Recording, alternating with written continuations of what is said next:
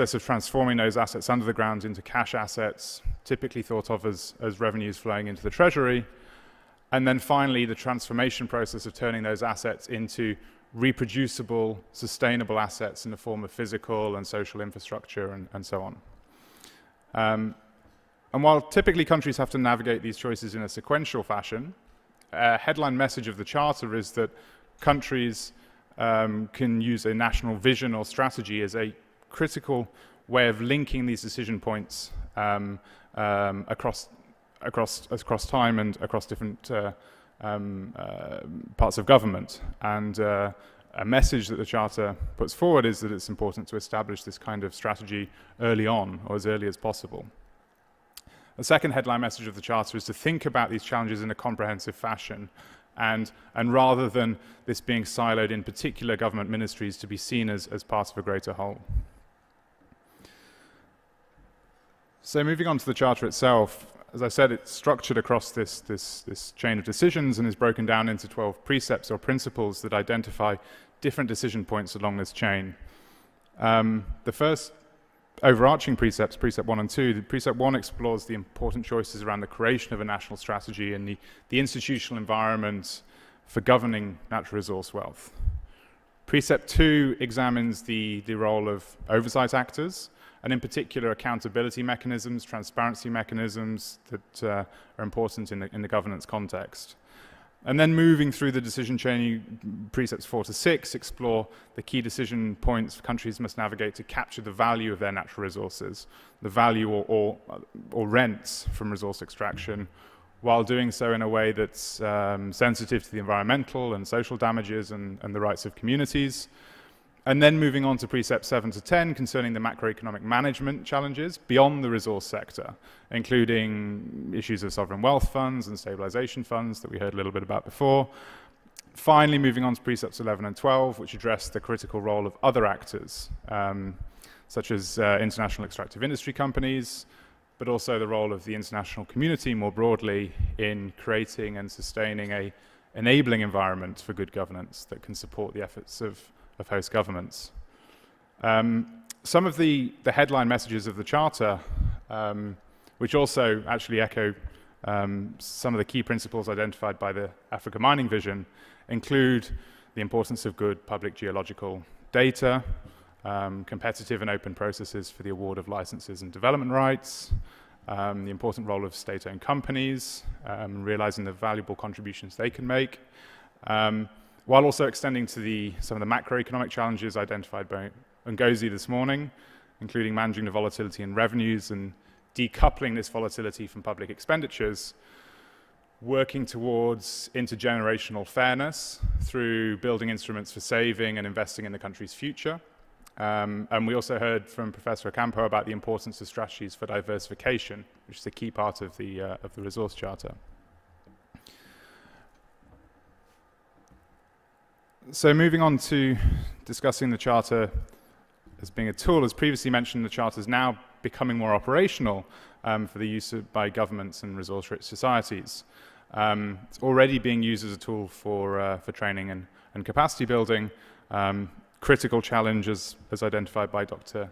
Hansen this morning, this critical need for capacity building in this area, but also starting to be used now as an assessment framework designed for the use by governments with other stakeholders.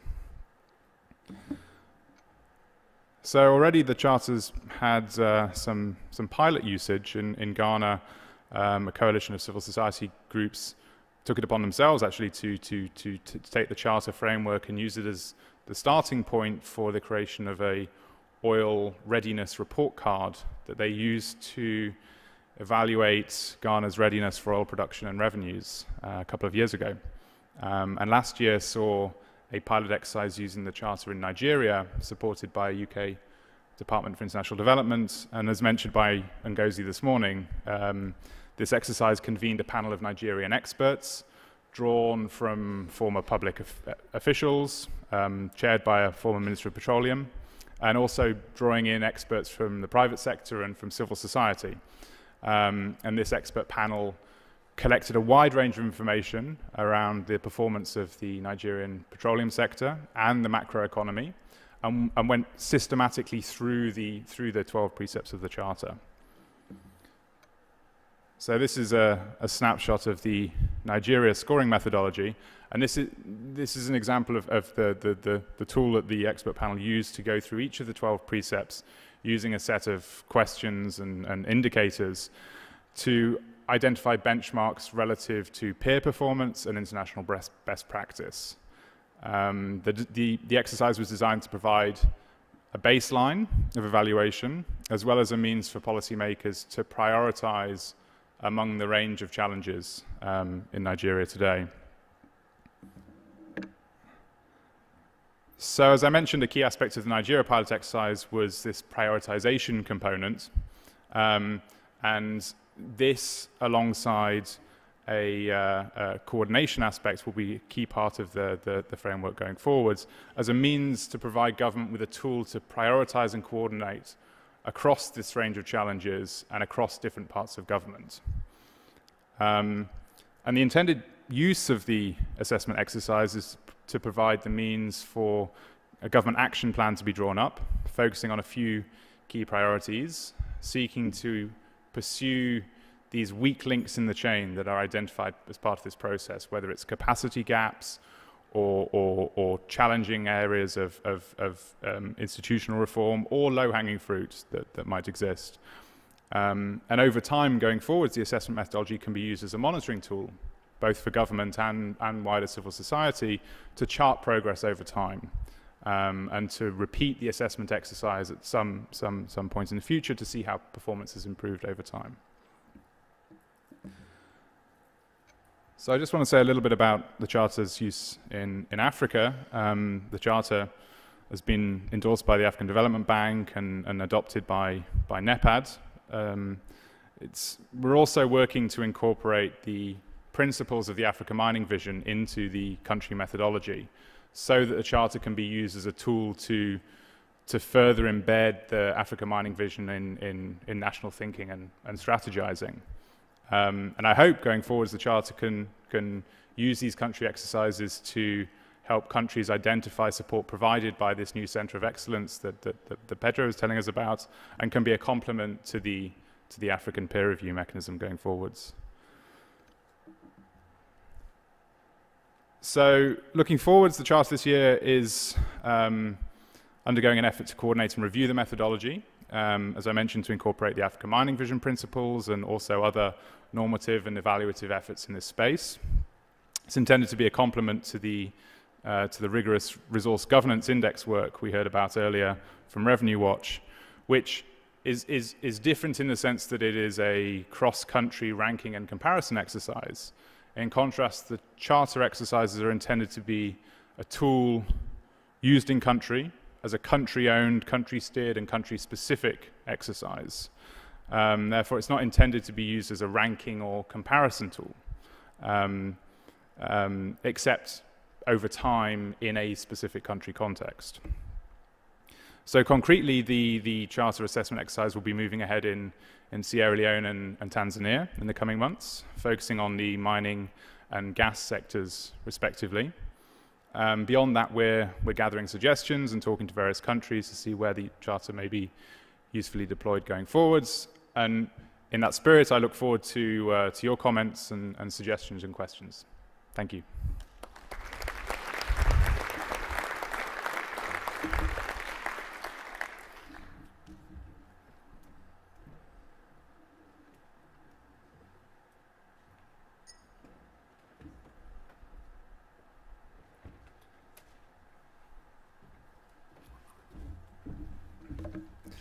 Well, I also want to thank the organizers, the North-South Institute, for this fantastic event.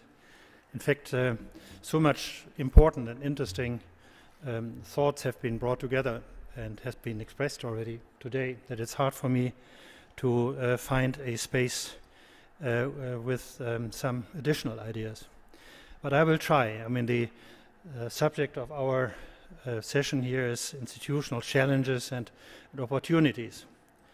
And I think you probably will all agree that the key to harvesting the benefits, the inclusive development, as Pedro has put it, from the natural resources wealth of Africa, the key lies with better governance.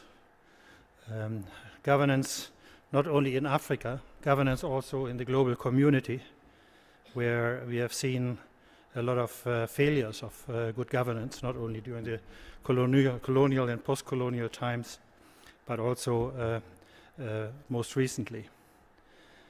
And of course we have to distinguish between two types of governance. One is the more general governance, the question of the checks and balances, the rule of law, accountability, corruption in governments. And there, of course, many initiatives are underway.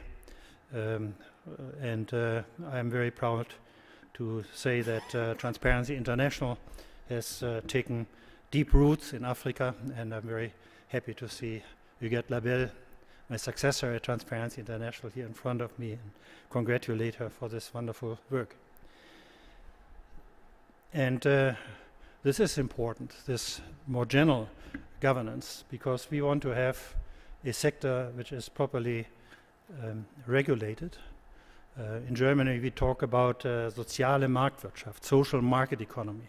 Yes, we want to entrust the main function of economic development to the markets, but we want to have an authority, a legitimate authority, to regulate the market, to regulate it in terms of protecting it against abuse and against monopolization, against an excess of private power. But we also have to regulate it in terms of correcting the outcome of the market from time to time. Somebody talked today about the need to have a visible hand. Yes, it is a visible hand we need to complement the invisible hand, which is nowhere to be seen sometimes. So this element of governance is in Africa, of course, still incomplete, to put it very mildly. I was very pleased to hear today from the representative of the African Capacity Building Initiative that he feels that things are much better, that things have improved. Yes, they have improved, but I think in general we should be very much aware of the fact that there's still a lot of work to be done, and not only in Africa. Let's not forget that the rich countries, the OECD countries, have until 1999 allowed, encouraged, subsidized systematic corruption by their companies in Africa. And we still have the legacy of this in our countries. Even in Germany, where we are prosecuting at present about 120 very respectable international